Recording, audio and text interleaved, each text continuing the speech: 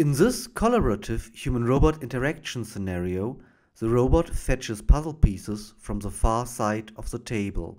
Okay. Do not come near this area as I'm working here. And do not cover this area. This is the pattern I want to complete.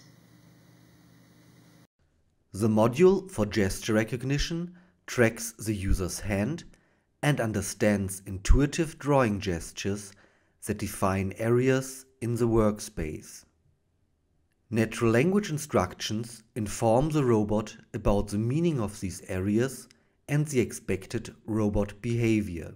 These combined language and gesture instructions are realized in a simulated environment and constrain the motion planner to ensure a secure collaboration.